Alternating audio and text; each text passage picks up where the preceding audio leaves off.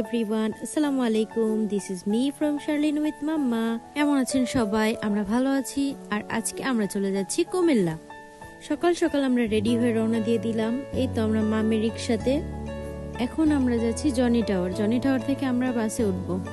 আমরা খুব এক্সাইটেড। আর এই যে আমরা বাসে চলে এসেছি, সবাই ফ্যামিলি, এখানে বাইরের কেউ নেই, এক বাস আমাদেরই লেগেছে। আমরা যাচ্ছি সারা আপনের শ্বশুর বাড়িতে। এই তো সবাই একসাথে। আর এই ছোট্ট ভাইটা জায়গা পায়নি, তাই নিচে বসে যাচ্ছে। এখানে আরেকজন সারা রাত ঘুমায়নি, সকাল সকাল উঠতে হয়েছে, তাই বাসে বসে ঝিমাচ্ছে। আমরা যাচ্ছি প্রথমবার কুমিল্লা, তাই আমার বোনও খুব এক্সাইটেড। ও তো আমাদের ওয়েলকাম করার জন্য সেই ভোর থেকে আমাদের সাথে যোগাযোগ করছে, আমরা কখন পৌঁছাবো, আমাদের ওয়েলকাম করবে। এই তো বাস থেকে নেমে আমরা সবাই একসাথে যাচ্ছি। আমরা প্রায় 50 জনের উপরে ছিলাম।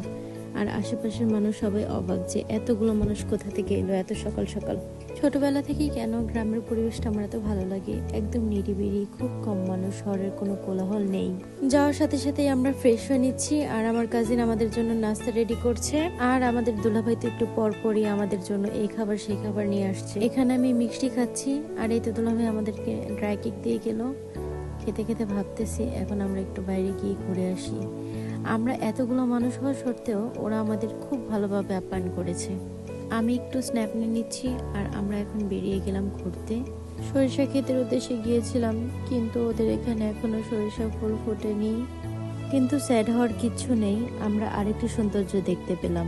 তিতাস নদীর পাশেই এই জমিগুলোতে বিভিন্ন শীতের ফসল বোনা হয়েছে। ফুলকপি, করলা, টমেটো, মূলা, ভুট্টা, আরো অনেক অনেক সবজির ক্ষেত। আমরা তো বাজার থেকেই কিনে খাই সবজি, সচরাচর আমরা এমন দৃশ্য দেখতে পাই না।